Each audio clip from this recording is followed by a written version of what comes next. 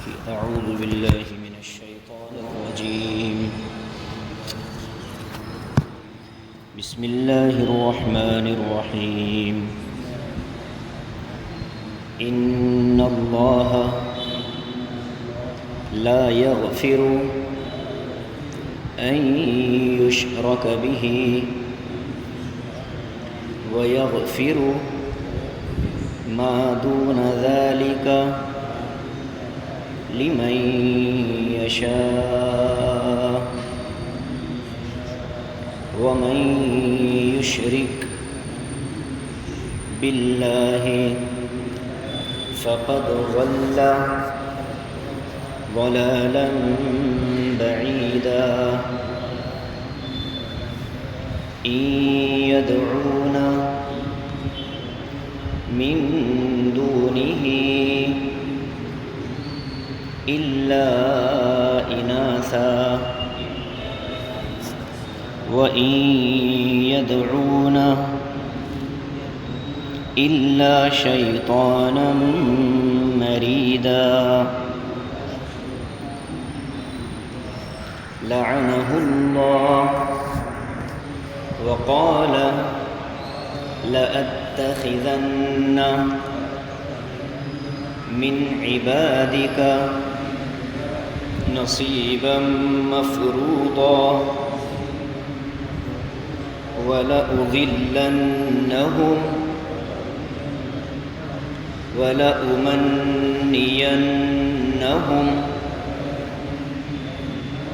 ولآمرنهم فليبتكن آذان الأنعام ولآمرنهم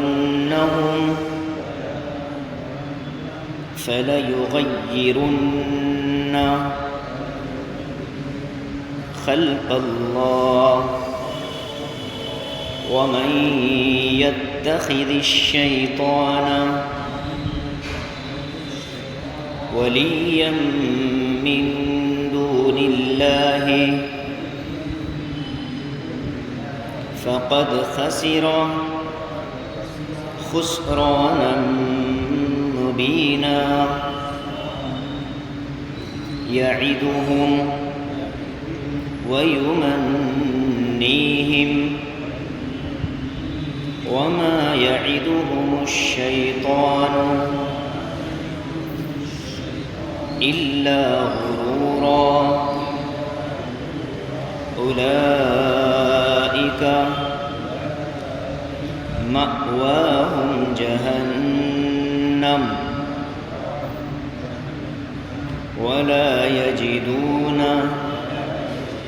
عنها محيصا. صدق اللہ العظیم. دیکھیے ترجمہ. ان اللہ لا یغفر ان یشرک بہ. یقیناً اللہ تبارک و تعالی اس بات کو معاف نہیں فرمائیں گے کہ ان کے ساتھ شرک کیا جائے.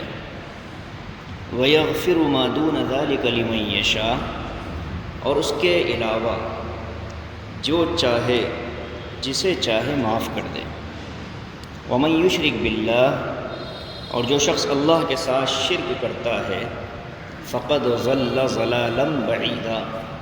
تو تحقیق کہ وہ بہت دور کی گمراہی میں جا پڑا. ان یدعون من دونہ الا اناثا. یہ مشرکین نہیں پکارتے ہیں اللہ کے علاوہ مگر عورتوں کو. وَإِن يَدْعُونَ إِلَّا شَيْطَانًا مَرِيدًا. اور نہیں پکارتے ہیں مگر سرکش شیطان کو. لعنہ اللہ. جس پر اللہ نے لعنت برسائی ہے یعنی جس کو اپنی رحمت سے دور کیا ہے. وقال.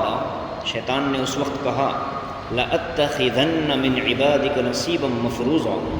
اے اللہ میں تیرے بندوں میں سے اطاعت کا ایک حصہ ضرور نکال لوں گا. وَلَأُضِلَّنَّهُمْ. اور میں ضرور بالضرور ان کو گمراہ کروں گا. وَلَأُمَنِّيَنَّهُمْ.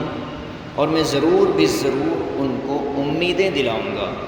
وَلَآمُرَنَّهُمْ.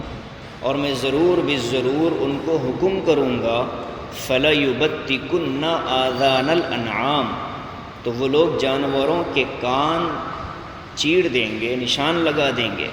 وَلَآمُرَنَّهُمْ، اور میں ان کو ضرور بھی ضرور حکم دوں گا، فَلَيُغَيِّرُنَّ خَلْقَ اللَّهِ، تو پھر وہ ضرور بھی ضرور اللہ کی خلق اور تخلیق کو بدل دیں گے۔ وَمَن يَتَّخِذِ الشَّيْطَانَ وَلِيًّا، اور جو آدمی شیطان کو دوست بناتا ہے، رفیق بناتا ہے، من دون اللہ، اللہ کو چھوڑ کر، فقد خسر خسرانا مبینہ، تو بہت صریح ناکامی کا کام کرتا ہے۔ یعیدہم ویمنیہم، شیطان لوگوں سے وعدے کرتا ہے اور ان کو امیدیں دلاتا ہے۔ وما یعدہم الشیطان الا غرورا، حالانکہ شیطان جو کچھ وعدہ کرتا ہے وہ صرف دھوکہ اور فریب ہوتا ہے۔ اولئک مأواہم جہنم، ایسے لوگوں کا ٹھکانہ جہنم ہوگا۔ ولا یجدون عنہا محیصا، اور یہ جہنم سے نکلنے کا کوئی راستہ نہیں پائیں گے۔ گزشتہ جو مضمون تھا جس میں بشیر بنو ابیرق قبیلے کے بشیر کا بھی تذکرہ تھا، اور اسی کے ساتھ ساتھ اللہ اور اس کے رسول کی اطاعت سے روگردانی کرنے والوں کو جہنم میں بھیجے جانے کا بیان تھا۔ اب قرآن کا جو اصل موضوع ہے توحید، اس موضوع پر اللہ تبارک و تعالی نے یہ آیتیں اتاری ہیں۔ فرمایا کہ دیکھو اللہ تبارک و تعالی نے اس کائنات کو بنایا ہے، وہی اس کائنات کا خالق ہے، وہی چلاتا ہے، اور اللہ کی ذات لامحدود ہے۔ انسان جب اللہ کو مانتا ہے مومن، تو گویا کہ وہ اللہ کی لامحدود ذات کو مانتا ہے، لہٰذا اس کو جو آخرت میں اجر ملے گا وہ لامحدود جنت کی شکل میں ملے گا، ہمیشہ ہمیشہ کی جنت ملے گی۔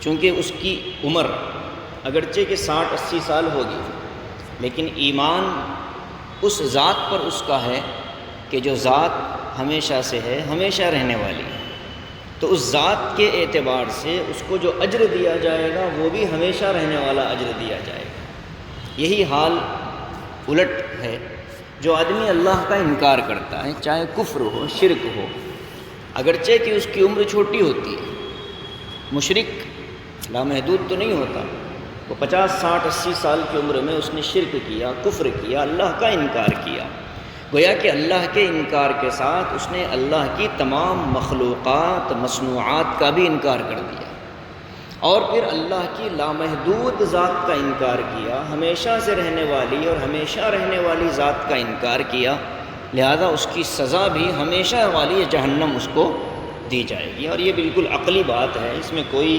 اشکال، اعتراض نہیں ہو سکتا۔ تو اللہ کی ذات اتنی عظیم ہے کہ اللہ پاک فرماتے ہیں ان اللہ لا یغفر ان یشرک بہ، انسان گناہوں کا پتلا ہے، اس کے اندر گناہ کا مادہ بھی ہے، نیکی کا مادہ بھی ہے، لیکن کچھ گناہ ہیں جو اللہ تبارک و تعالی کی شان اور اس کی ذات کے بغاوت پر مشتمل نہیں ہوتے۔ انسان اس گناہ کو گناہ سمجھتا ہے اور پھر اس کے دل میں احساس ہوتا ہے کہ اللہ تعالیٰ کی میں نے غلط نافرمانی کی، لیکن کفر اور شرک ایک ایسا معاملہ ہے کہ وہاں معاملہ بغاوت کا ہے۔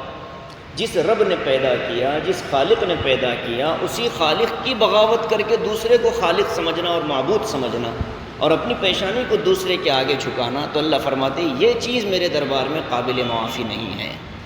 مجھے چھوڑ کر کسی اور کو اگر معبود بناؤ گے یا میرے ساتھ کسی اور کو معبود بناؤ گے تو پھر میں اس جرم اور گناہ کو معاف نہیں کروں گا۔ ان اللہ لا یغفر ان یشرک بہ، اللہ اس چیز کو معاف نہیں فرمائیں گے کہ ان کے ساتھ شرک کیا جائے۔ ویغفر ما دون ذلک لمن یشاء، اس کے علاوہ جو گناہ ہیں ان کو اللہ چاہے تو معاف کر دیں گے۔ شرک اللہ کی ذات کے ساتھ ہوتا ہے، لہذا یہاں ہم یہ اعتراض نہیں کر سکتے کہ اللہ شرک کو کیوں نہیں معاف کرتا، ہمیں حق نہیں پہنچتا۔ ومن یشرک باللہ فقد ضل ضلالا بعیدا، اور جو اللہ کے ساتھ شرک کرتا ہے وہ بہت دور کی گمراہی میں جا پڑتا ہے۔ یہی مضمون اور یہی آیتیں سورہ نساء کے ابتدا میں آئی تھی، جہاں ہم 5ویں پارے میں پہنچے تھے تو 4تھے رکوع میں یہی آیت تھی۔ البتہ آیت کا جو اختتام تھا وہاں الفاظ تھے ومن یشرک باللہ فقد افترا اسما عظیما، یہاں ہیں فقد ضل ضلالا بعیدا۔ وہاں چونکہ سلسلہ گفتگو اور سلسلہ کلام یہودیوں سے تھا، یہودیوں کو معلوم تھا کہ اللہ کون ہے، آخری نبی کون ہے، اور حضرت محمد صلی اللہ علیہ وسلم کی رسالت کا ان کو مکمل علم تھا۔ وہ محض اپنی دشمنی، عناد اور ہٹ درمی کی وجہ سے، حسد کی وجہ سے نبی آخر الزماں صلی اللہ علیہ وسلم کا انکار کرتے تھے۔ لہٰذا علم ہونے کے باوجود کسی چیز کا انکار کر دینا اور ایک غلط بات اللہ کی طرف منسوب کر دینا، جیسا کہ ان لوگوں نے کہا تھا نحن ابناء اللہ و احباؤہ، ان لوگوں نے کہا تھا کہ اللہ تعالیٰ یہود سے، اہل کتاب سے محبت کرتا ہے، جیسا ہم میں بھی آج یہ چیز ہوتی ہے کہ ہم آخری نبی کی امت ہیں، لہٰذا ہم اس زعم کے اندر مبتلا نہ ہو جائیں۔ یقیناً ہمارا مقام بلند ہے، یقیناً ہمارا رتبہ اعلیٰ ہے امتوں کے مقابلے میں، لیکن اگر ہم یہ سوچ لیں کہ بھئی ہم آخری نبی کی امت ہیں لہذا ہم سے لاڑ پیار ہوگا، تو یہ قانون الہیہ کے خلاف ہے۔ یہودی یہ زعم کے اندر مبتلا ہو گئے، ہم زعم میں نہیں، ہم حقیقتاً افضل ہیں، لیکن اللہ کے احکام ہم سب کے لیے برابر ہیں، حکم پر عمل کرنا یہ لازم ہے۔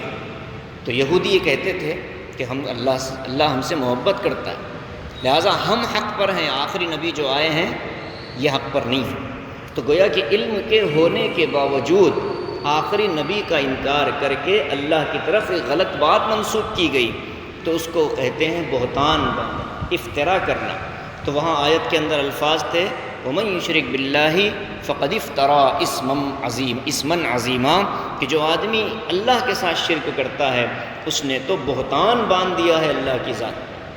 اور یہاں سلسلہ گفتگو چونکہ مکے کے مشرکین ہیں، اور مکے کے مشرکین کا حال کیا تھا، ان کے پاس کوئی کتاب تو نہیں آئی تھی، وہ یہودی بھی نہیں تھے، عیسائی بھی نہیں تھے، اہل کتاب میں بھی وہ داخل نہیں تھے، تو ان کے پاس کوئی ڈرانے والا بشیر اور نذیر نہیں آیا تھا، تو گویا کہ وہ گمراہ تھے پہلے سے، اللہ کے رسول کا انکار کر کے وہ اسی گمراہی میں اور آگے بڑھ گئے۔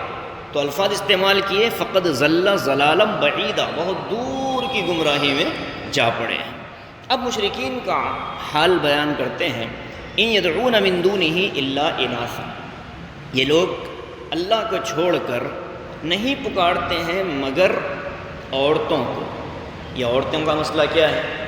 فرشتوں کے بارے میں مشرکین کا یہ تصور تھا کہ فرشتے اللہ کی بیٹیاں ہوتی ہیں، نعوذ باللہ، جبکہ قرآن نے کہہ دیا قل هو اللہ احد اللہ الصمد لم یلد ولم یولد، نہ اس کا کوئی باپ ہے نہ اس کا کوئی بیٹا ہے۔ تو مشرکین کے ذہن میں یہ تھا کہ فرشتے اللہ کی بیٹیاں ہیں، پہلی غلطی۔ اور دوسری غلطی وہ یہ کرتے تھے کہ ہر قبیلے والا اپنا ایک علیحدہ بت بنا لیا کرتا تھا، اور اس بت کو عورت کا نام دیا کرتے تھے، اس پر زیورات چڑھایا کرتے تھے۔ لات اور منات اور عزا جو نام آتے ہیں یہ تینوں بت عورتوں کے نام پر ہیں۔ تو اللہ فرماتے ہیں کہ وہ اللہ کو چھوڑ کر عورتوں کی پوجا کرتے ہیں، عورتوں کی پرستش کرتے ہیں۔ جیسے ہمارے اس ملک کے اندر بھی جو بڑی بڑی مورتیاں اور دیویاں ہیں وہ ساری خواتین کے نام پر ہیں۔ مال و دولت والی دیوی کا نام بھی خاتون کے نام پر ہے کہ یہ دیوی ہوگی تو دولت آئے گی گھر پر۔ اور جو سب سے ڈراؤنا اس ملک کا بت ہے جس کو کہتے ہیں کالی، وہ بھی تو خاتون کے نام پر ہے۔ اور عجیب مسئلہ یہ ہے کہ جو بت مردوں کے نام پر رکھے گئے ہیں ان کو بھی یہ زیور پہنا کر خواتین بنا دیتے ہیں۔ تو قرآن کہتا ہے ان یدعون من دونہ الا اناثا، یہ بلاتے ہیں اللہ کو چھوڑ کر کس کو؟ عورتوں کو۔ وَإِن يَدْعُونَ إِلَّا شَيْطَانًا مَرِيدًا، بعض جو ہے شیطان کو براہ راست بلا لیتے ہیں، شیاطین کی براہ راست پرستش کرتے ہیں۔ یہ مضمون بھی گزر گیا ہے، طاغوت کا جو لفظ آیا تھا وہاں مفسرین نے باجماع امت بتلایا تھا کہ یہاں طاغوت سے مراد شیطان ہیں، کہ جو شیطان کی پرستش کرنے والے لوگ ہیں۔ ایسا طبقہ پایا جاتا ہے جو بتوں کو نہیں بلکہ براہ راست شیطان کو معبود مانتا ہے۔ اب وہ شیطان کون تھا؟ سرکش تھا۔ سرکشی اس کی آگے بتلائی جاتی ہے، لعنہ اللہ، اللہ تعالیٰ نے اس کو اپنی رحمت سے دور کر دیا ہے، ملعون قرار دے دیا گیا ہے۔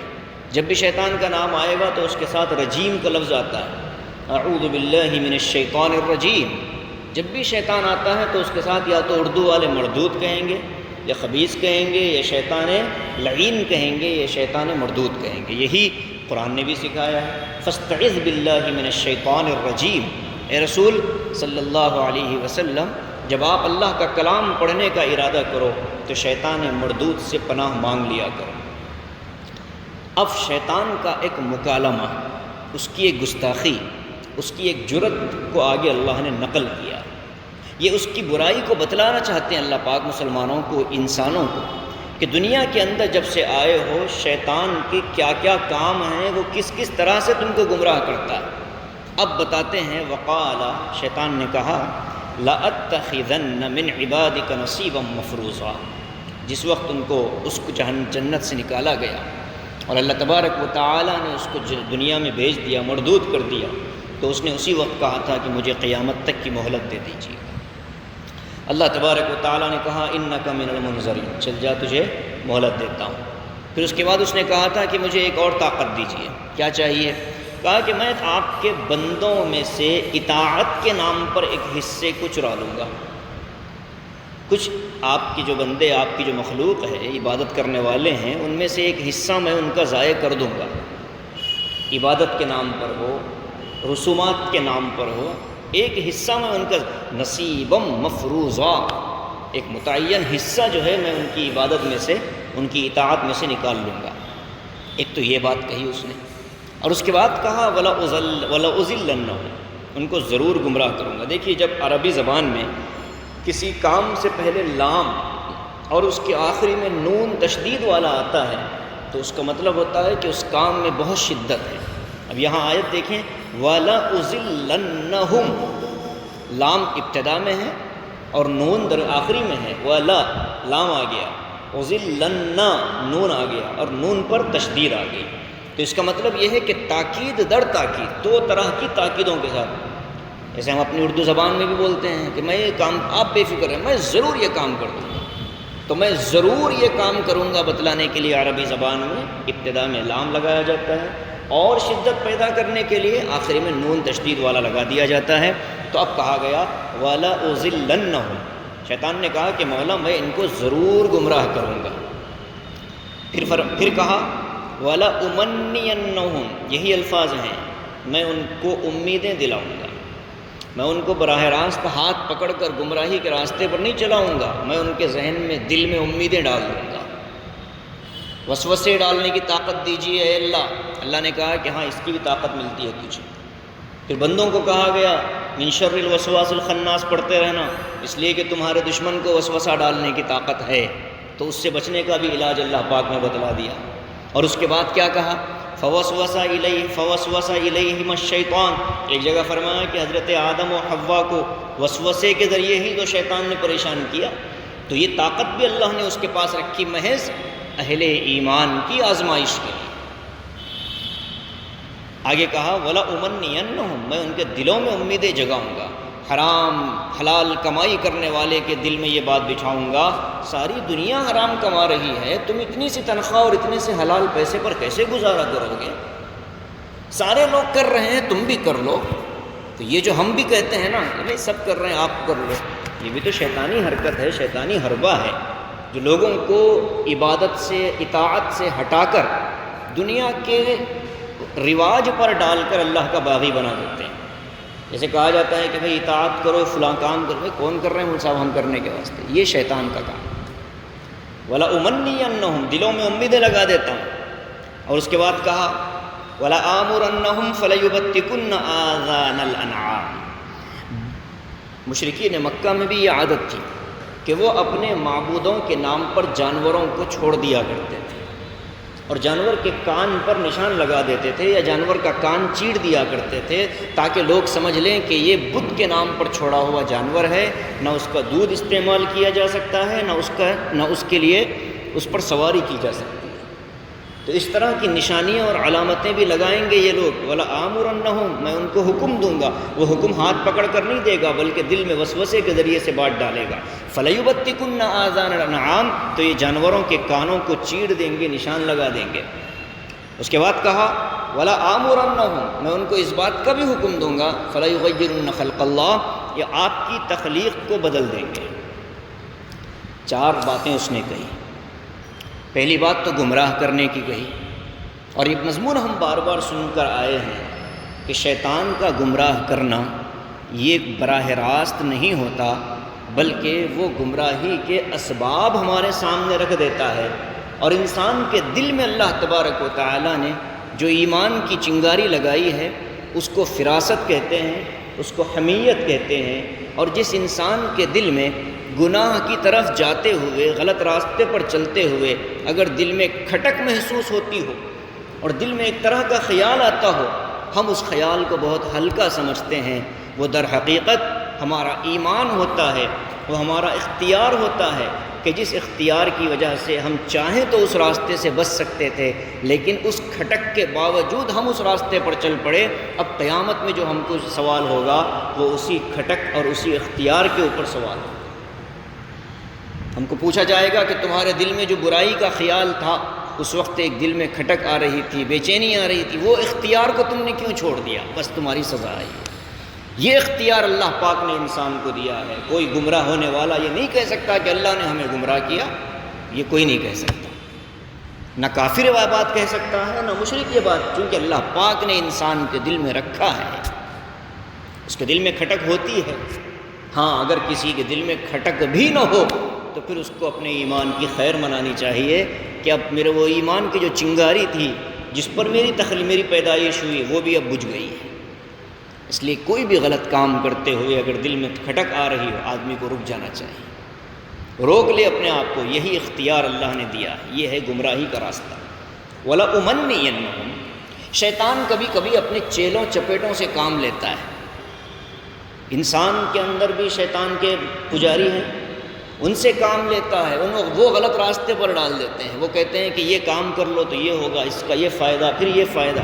جیسے سودی کاروبار کرنے والے چین بزنس بتلانے آتے ہیں آپ کے پاس، اور گھنٹوں آپ کے سامنے بیٹھ کر اس کے فضائل سناتے ہیں، اس کے مناقب بیان کیے جاتے ہیں کہ اس کا یہ فائدہ، پھر یہ فائدہ، LIC میں آپ اپنا پیسہ لگا لو تاکہ آگے چل کر آپ کے خاندان کو یہ پیسے ملیں گے، آپ کے بچے محروم نہیں رہیں گے۔ یہ وہی ہے جو شیطان کے بارے میں قرآن نے کہا ہے، وَلَأُمَنِّيَنَّهُمْ، گمراہی کی طرف امیدیں دل میں ڈالے گا کہ اس میں پیسہ لگا دو آگے چل کر کہاں، حالانکہ وہ سراسر سود ہوگا، اللہ کی نافرمانی ہوتی ہے، بغاوت ہوتی ہے۔ لیکن انسان نگاہوں پر مادیت کا اور دنیا کی محبت کا پردہ چڑھا لیتا ہے تو پھر گمراہ ہو جاتا ہے، اور گمراہ ہو کر کے پھر شیطان ہی کے راستے پر چل پڑتا ہے۔ تو جو بھی آدمی ہمارے سامنے آئے، کوئی بھی اسکیم ہمیں بتلائے، اس کے بارے میں شریعت کا حکم کیا ہے معلوم کرنا چاہیے۔ شریعت کا حکم کیا ہے اس سلسلے، قرآن کیا کہتا ہے، احادیث کیا کہتی ہیں۔ اگر ان دونوں کی روشنی میں وہ چیز صحیح ہے تو اس میں آپ برابر چلیں، اگر غلط ہے تو اس کو ٹھکرا دیں اور اللہ کا شکر ادا کریں کہ اللہ شیطان کے ہاتھوں پڑنے سے آپ نے مجھے بچا لیا۔ تیسری چیز ہے وَلَآمُرَنَّهُمْ فَلَيُبَتِّكُنَّ آذَانَ الْأَنْعَامِ، جانوروں کے کان پر نشان لگا کر بتوں کے نام پر چھوڑ دینا۔ ہم جانور تو جانور اپنی اولاد کو تک قبروں کے نام پر چھوڑ دیتے ہیں۔ بچہ پیدا ہوتا ہے تو اس کے بال نہیں نکالے جاتے جب تک کہ کسی قبر پر جا کر بکرا ذبح کر کے اس کی نیاز نہ اتار لیں، تب تک اس کے بال نہیں۔ یہ وہی کام ہے جو شیطان کر رہا ہے۔ لوگ اس کو سمجھتے ہیں کہ یہ بہت اچھا کام ہے، اور بعض لوگ اپنی اولاد کو بھی بچپن میں کان میں سراغ ڈال دیتے ہیں اور یہ سمجھتے ہیں کہ اس کی وجہ سے اس کی جان بچ جائے گی۔ باطل عقیدے اس زمانے میں پائے جاتے تھے، چاہے مرد ہو چاہے عورتیں ہوں۔ اور تیسری چیز جو شیطان نے کہی، تغییر فی خلق اللہ، اللہ کی پیدا کی ہوئی چیزوں کو بدل دینا۔ اب ظاہر ہے کہ جو مرد خواتین جیسا ہوگا اس نے اللہ کی تخلیق کو بدل دیا۔ اللہ نے انسان کو داڑھی کے ساتھ پیدا فرمایا، مرد کو۔ اگر کوئی آدمی داڑھی کاٹتا ہے، صفا چٹ ہو جاتا ہے، تو اس کا مطلب یہ ہے کہ اللہ نے اس کو جس خلقت پر پیدا کیا تھا، جس سانچے میں پیدا کیا تھا، وہ اس سانچے کے خلاف جا رہا ہے۔ اگر کوئی مرد خواتین جیسا لباس پہنتا ہے یا کوئی خاتون مردوں جیسا لباس پہنتی ہے تو گویا کہ اللہ کی تخلیق کو بدلنے کا کام ہو رہا ہے۔ حدیث میں آیا ہے اللہ تبارک و تعالی لعنت برساتے ہیں ان عورتوں پر کہ جو اپنے جسم کو گدواتی ہیں، ٹیٹو بناتی ہیں۔ آج تو مرد بھی یہ کام کر رہے ہیں۔ ٹیٹو ڈالنے والا یہ بھی ملعون ہے، جس کے ڈالا گیا وہ بھی ملعون ہے۔ اور اتنا ہی نہیں، آقا نے فرمایا جو عورتیں اپنی بھویں سدھارتی ہیں، آئی برو نکالتی ہیں، اس کو ایک خوبصورت ڈیزائن میں لانے کے لیے، اللہ کے رسول نے فرمایا ملعونہ ہیں، ملعون ہے یہ عورت، یہ کام کرنے والی بھی ملعون ہے، اس کا کاروبار بھی ناجائز ہے۔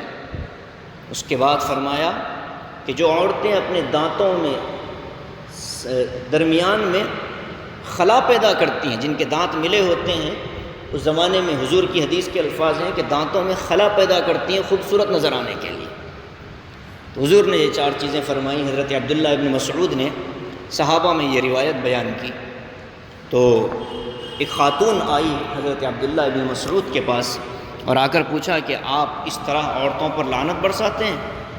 تو حضرت عبداللہ ابن مسعود نے کہا کہ ہاں بالکل۔ تو اس عورت نے پوچھا کہ قرآن میں اللہ نے کہاں ہم پر لعنت برسائی ہے جو آپ برسا رہے ہو؟ تو حضرت عبداللہ ابن مسعود نے فرمایا قرآن کی ایک آیت ہے ما آتاکم الرسول فخذوا وما نہاکم عنہ فانتہوا، اللہ کے رسول جس چیز کا حکم دیں وہ لو، جس سے منع کریں اس سے رک جاؤ۔ تو اس سے کیا سمجھ میں آیا؟ تو اس سے یہ سمجھ میں آیا کہ حضور نے جب کسی کو کسی کام سے روکا ہے تو گویا کہ وہ قرآن ہی کی روشنی میں روکا ہے۔ تو جب یہ آیت حضرت عبداللہ بن مسعود نے اس خاتون کو سنائی تو اس خاتون نے کہا کہ ہاں مجھے اب بات سمجھ میں آئی ہے، اور اس کے بعد اس نے کہا کہ اب میں اپنی خواتین کو اس سے منع کرتی ہوں۔ تو یہ 4 کام ہیں، اور یہ 4تھا کام بڑا خطرناک ہے جس کو ہم برا، دیکھیے گمراہ کرنا شیطان کا، اس کو ہم سمجھتے ہیں کہ یہ غلط ہے۔ کوئی آدمی نماز نہیں پڑھ رہا ہے اور غلط کاموں میں لگ رہا ہے، وہ خود بھی جانتا ہے کہ یہ غلط ہے۔ وَلَأُمَنِّيَنَّهُمْ دل میں امیدیں پیدا کرنا، اور اکثر لوگ اس کو بھی سمجھتے ہیں کہ یہ چیز غلط ہو رہی ہے۔ اور الحمدللہ جانور ہمارے علاقے میں چونکہ کیا کہتے ہیں اس کو، درگاہوں کے اور قبروں کے نام پر عام طور پر نہیں چھوڑے جاتے، لیکن جو 4تھی چیز ہے وہ بڑی خطرناک ہے۔ تغییر فی خلق اللہ کا معاملہ یہ تقریباً ہر گھر کے اندر پایا جاتا ہے۔ ہر گھر کے اندر وہ نوجوان جس کو اللہ نے داڑھی کی نعمت سے نوازا، اس نے اس کو چھلایا، گویا کہ فَلَيُغَيِّرُنَّ خَلْقَ اللَّهِ کے اندر وہ داخل ہو گیا۔ جو آدمی اللہ کی تخلیق کو بدل دے، اللہ کی تخلیق کو بدل دے، اور ظاہر ہے کہ اس سے بڑا باغی کون ہو سکتا ہے۔ اس لیے اس بات کو ذہن میں رکھا جائے، جو خواتین مردوں کی طرح گفتگو کرتی ہیں ان کو بھی علماء نے منع کیا ہے۔ اکثر عورتوں کی عادت ہوتی ہے میں آیا تھا، میں گیا تھا، تو اس سے اشتباہ پیدا ہوتا ہے، وہ مرد ہے کہ خاتون ہے۔ اللہ نے جس کو جیسے پیدا کیا اس کو اسی حال میں رہنا ہے، اسی شکل پر رہنا ہے، اسی طرح رہنا ہے، تب جا کر کے یہاں تک لکھا ہے علماء نے کہ میدان جہاد کے علاوہ اگر کوئی بوڑھا آدمی اپنے بالوں کو کالا رنگ کرتا ہے تو پھر وہ بھی اللہ کی تخلیق کو بدلنے والا شمار کیا جائے۔ اسی لیے ایک مسئلہ لکھا ہے کہ ایسے امام کے پیچھے نماز نہیں ہوتی، مکروہ تحریمی ہوتی ہے جو اپنے کالے سفید بالوں کو کالا کر دیتا ہے۔ لال خضاب شریعت نے اجازت دی ہے، کالے خضاب کی میدان جہاد میں اجازت ہے، تاکہ دشمن پر رعب پڑے، دشمن یہ نہ سمجھے کہ آنے والا بوڑھا ہے، بلکہ دشمن یہ سمجھے کہ یہ بھی تو ماشاءاللہ چاق و چوبند اور بھرپور نوجوان ہے۔ تو دشمن کو مرعوب کرنے کے لیے سیاہ رنگ کے خضاب کی میدان جہاد میں گنجائش ہے، بقیہ عام حالات میں کالے رنگ کا خضاب کرنا بالکل جائز نہیں ہے۔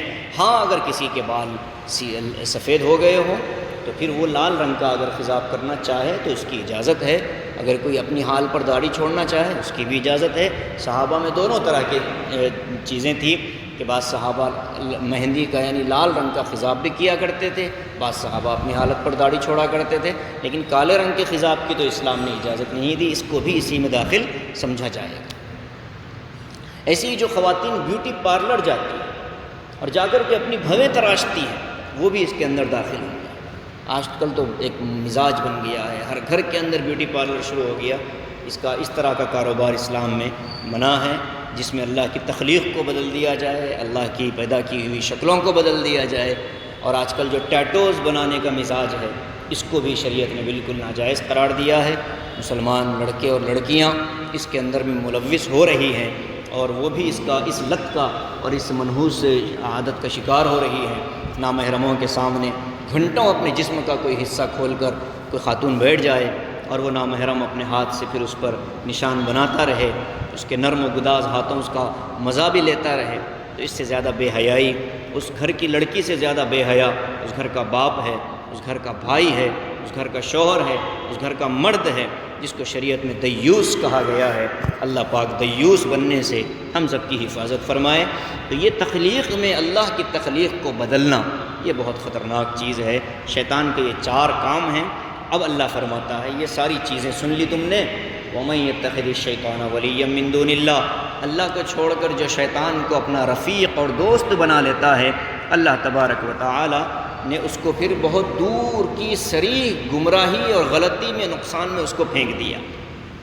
یعدہم ویمنیہم، اللہ دوبارہ یاد دلا رہا ہے، شیطان تم سے وعدے کر رہا ہے، جیسے کہا تھا سورہ بقرہ میں الشیطان یعدکم الفقر ویأمرکم بالفحشاء، کہ شیطان تم کو ڈراتا ہے فقر و فاقے سے، کہ بھئی زیادہ اللہ کے راستے میں خرچ نہ کر دینا ورنہ تم بچوں کو کیا کھلاؤ گے۔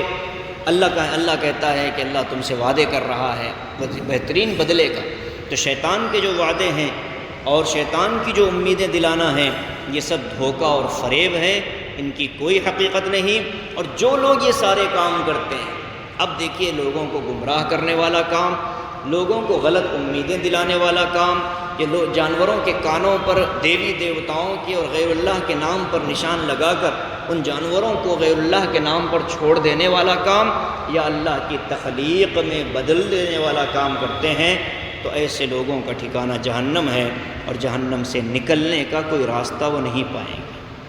اس لیے ان گناہوں کو ہم بھی گناہ سمجھیں، اور ہم میں اگر کوئی ہمارے جاننے والوں میں اگر اس میں کوئی ملوث ہے تو پہلے تو اس کے حق میں دعا کریں اللہ پاک سے کہ اللہ توفیق عطا فرما۔ جیسے آج کل بالوں کو رنگنا ہے، ایک مزاج ہے نوجوانوں میں عمومی کہ مختلف قسم کے بال مختلف شکلوں میں رنگے جاتے ہیں، ان بیچارے بچوں کو نہیں معلوم کہ وہ اللہ کی تخلیق کو بدلنے کا کام کر رہے ہیں، اور اگر خدا نخواستہ اسی حال میں اللہ کے پاس پہنچ گئے تو بہت بڑا نقصان ہوگا۔ تو پہلے تو ان کے حق میں ہدایت کی دعائیں کریں، دعا مانگیں کہ اللہ ان بچوں کو صحیح سمجھ عطا فرمائے، اور پھر پیار اور محبت اور نرمی کے ساتھ ان کو سمجھانے کی کوشش کریں۔ دعوت دینا ہمارا کام ہے، محبت اور پیار سے سمجھائیں گے، 1 2 مرتبہ 3 مرتبہ انشاءاللہ بات ان کے عقل میں سمجھ میں آئے گی۔ اللہ تبارک و تعالی ہمیں شیطان کا شکار ہونے سے محفوظ فرمائے، شیطان کے چالوں کو سمجھنے اور اس کو سمجھ کر اس سے محفوظ رہنے کی، اپنے لوگوں کو بھی بچانے کی اللہ ہم سب کو توفیق نصیب فرمائے۔ آمین وآخر دعوانا ان الحمدللہ رب العالمین۔ آگے کا جو بیان ہے وہ اہل ایمان کا تذکرہ ہے، جس میں اللہ تبارک و تعالی ایمان والوں کا ذکر فرماتے ہیں۔ قرآن کا